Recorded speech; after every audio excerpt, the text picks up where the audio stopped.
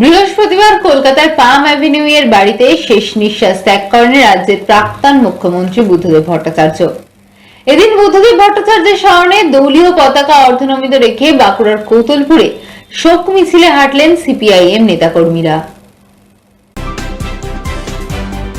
CPIM রাজ্যের প্রাক্তন মুখ্যমন্ত্রী বুদ্ধদেব ভট্টাচার্য ৮০ বছর বয়সে বৃহস্পতিবার কলকাতার পাম অ্যাভিনিউ এর বাড়িতে শেষ নিঃশ্বাস ত্যাগ করেন তিনি।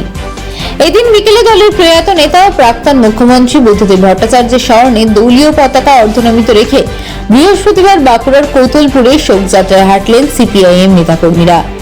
এদিন দলের স্থানীয় কার্যালয় থেকে মিছিল শুরু হয়ে নেতাজি মোড়, সবজি বাজার ঘুরে সিপিআইএম কার্যালয়ে এসেই মিছিল শেষ হয়। উপস্থিত সিপিআইএম বাঁকুড়া জেলা কমিটির সদস্য আশিস ঘোষ বলেন, গরিব খেটে খাওয়া মানুষের প্রকৃত বন্ধু ছিলেন বুদ্ধদেব ভট্টাচার্য। বর্তমানে রাজ্য সরকারের একাধিকবার বুদ্ধবাবু এবং তার সহযোগীদের কালিমা লিপ্ত করার চেষ্টা করলেও সফল হননি। আগামীকাল কলকাতায় বুদ্ধদেব ভট্টাচার্যের শেষ যাত্রায় তারা উপস্থিত থাকবেন বলেও জানান তিনি।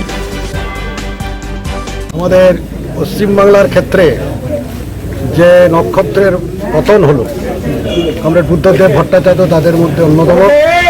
এবং কমরেড বুদ্ধদেব ভট্টাচার্য যা পশ্চিমবাংলার উন্নয়নের প্রশ্নে ওনার আমলে পশ্চিমবঙ্গের বামপন্থী ফ্রন্ট সরকার ৭৭ সাল থেকেই গরিব মেহনতি মানুষের কি করে উন্নয়ন করা যায় তার পরিকল্পনা নিয়েছিল।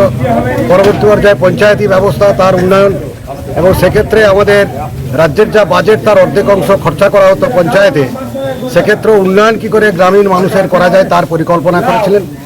সর্বজনশ্রদ্ধেয় কমরেড জ্যোতি বসু এবং বুদ্ধদেব ভট্টাচার্য পরবর্তী পর্যায়ে যেভাবে গ্রামের উন্নয়ন, গরিব মানুষের উন্নয়ন, সেটা দিশারি হিসাবে কাজ করেছে সারা ভারতবর্ষে।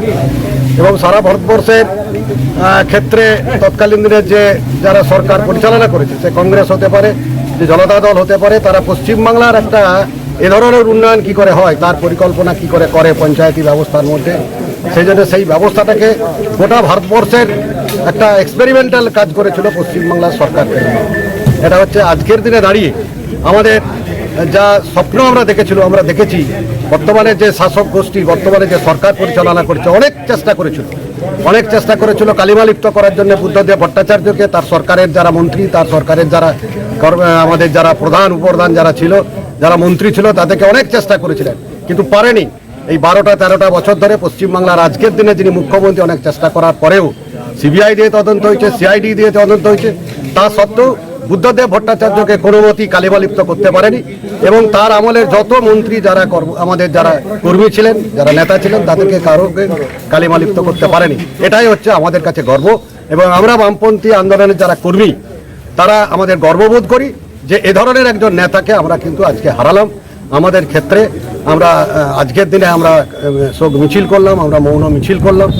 আমরা আগামীকাল আমরা কলকাতাতে হাজির হব এবং আগামীকাল আমরা গোটা পশ্চিমবাংলা, সারা পশ্চিমবাংলাতে আমরা পতাকা অর্ধনমিত করব। এ হচ্ছে আমাদের কর্মসূচির মধ্যে আমরা রেখেছি।